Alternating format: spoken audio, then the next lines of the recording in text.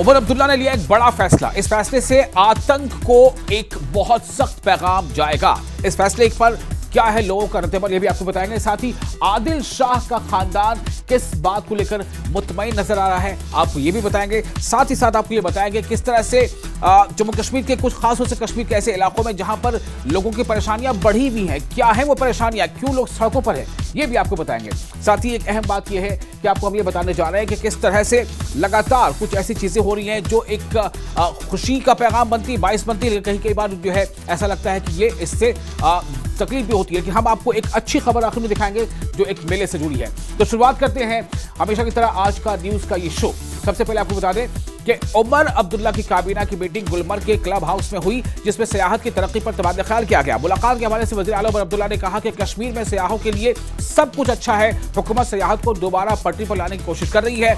इसके साथ ही वज़ीर आला ने दहशतगर्द हमले के बाद लोगों के इत्तेहाद की भी तारीफ की। उन्होंने ये भी कहा कि पहलगाम हमले के बाद सियाहत मुतासिर हुई है, लेकिन हुकूमत हिंद सियाहती मकामात को खोलने पर इसरार कर रही है। उन्होंने कहा कि कश्मीर में भी सियाहत को जो है हम नहीं भूल सकते और कश्मीर में सियाहत को फरोग मिलना ही चाहिए। कोशिश तो की जा रही है कि एक यहाँ से पैगाम जाए कि कश्मीर जो है वो टूरिज़्म के लिए बंद नहीं है। एक कोशिश की गई थी 22 अप्रैल के हमले के दौरान कि कश्मीर में जो है पूरी तरह से टूरिज़्म को ख़त्म किया जाए। उसके ख़िलाफ़ कश्मीर के लोगों ने वाजिया तौर अपनी आवाज़ बुलंद की। बडगाम के लबरतल इलाके में ख्वातीन ने पेरवा बडगाम रोड ब्लॉक करके एहतजाज किया। इनका इसरार है कि इनके लिए मीटर लगाने का फैसला वापस लिया जाए। इस मुजाहरे में सैकड़ों ख्वातीन ने शिरकत की और इंतजामिया की तवज्जो अपने मुतालबात की तरफ मबजूल कराई।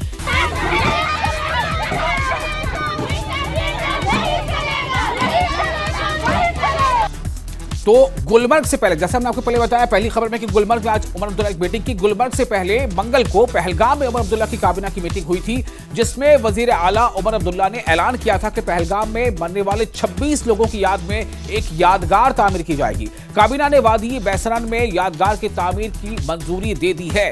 इस फैसले की बहुत सताइश की जा रही है। सुनिए क्या कहा उन्होंने। उस कैबिनेट मीटिंग में ये फैसला हुआ है कि पीडब्ल्यूडी डिपार्टमेंट को ऑथराइज किया हुआ है कि फौरी तौर वो इन प्रिंसिपल अप्रूवल जो है इस मेमोरियल के लिए दें। हम अब इसके लिए कुछ लोगों से अब सजेशंस मांगेंगे कि किस तरह का होना चाहिए, ताकि एक शानदार लेकिन बड़ा टेस्टफुल एक वहाँ मेमोरियल उन 26 लोगों के लिए बने, एक हमेशा के लिए यादगार के तौर पे। वो मैं आपके साथ शेयर करना चाहता हूँ। और आपको बखूबी याद होगा कि पहलगाम हमले में आदिल शाह भी अपनी बहादुरी का मुजाहरा करते हुए जाँ बहक हो गए थे। महलूकीन की याद में मेमोरियल बनाए जाने के हुकूमत के ऐलान का आदिल शाह के अहले खाना ने खैर मकदम किया है। कल उन्होंने मीटिंग में ये कहा है कि हम इनके नाम पे एक मेमोरियल बनाएंगे, पहलगाम बैसरन में एक मेमोरियल बनाएंगे। तो मैं तो खुश हूँ कि अगर उन 26 लोगों में से 25 लोगों में से मेरा बेटा शहीद आदिल हुसैन का नाम भी जिंदा रहे, तो इसमें मैं उनका शुक्रिया अदा कर सकता हूँ। गुलमर्ग गंडोला यात्रा के दौरान नागपुर के सयाहों के एक ग्रुप ने वजीर आला उमर अब्दुल्ला से मुलाकात की। वजीर आला ने उन्हें यकीन दिलाया कि पहलगाम दहशतगर्दाना हमले के बाद सिक्योरिटी पूरी तरह से मजबूत है और सयाहों के लिए सूरत हाल महफूज है। इस मुलाकात के बाद सयाहों ने न्यूज 18 के साथ बातचीत में खुशी का इजहार किया और पूरे मुल्क में एक मुस्बत पैगाम फैलाने का अज़्म किया। सुनिए वो क्या कहते हैं। बहुत अच्छा लग रहा है मिल करके और हालात देख करके। सबसे बड़ी तो बात हमें तो ये लगा कि आज हमें सीएम साहब से मिलने का मौका मिला, ये बहुत बड़ी बात। उन्होंने यही कहा कि ये सब यहाँ पे अच्छा है और आना चाहिए, जितने भी पर्यटक लोग हैं, टूरिस्ट लोग आना चाहिए। बहुत ज़्यादा अच्छा लग रहा है। ऐसी कोई बात नहीं है, जैसा सुने हैं वो सब। अभी भी यहाँ हालत बिल्कुल ठीक हो चुके हैं।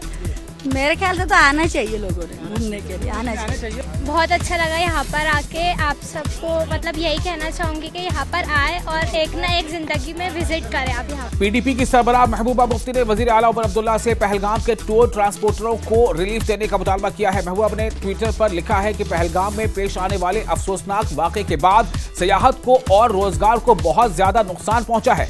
महबूबा मुफ्ती लिखती हैं कि मैंने नौजवान कश्मीरी टूरिस्ट ट्रांसपोर्टर्स के एक ग्रुप से मुलाकात की जो बहुत परेशान है कि उन्हें कर्ज नादहिंदा करार दे दिया जाएगा, यानी डिफॉल्टर करार दे दिया जाएगा और उनकी गाड़ियां जब्त कर ली जाएंगी।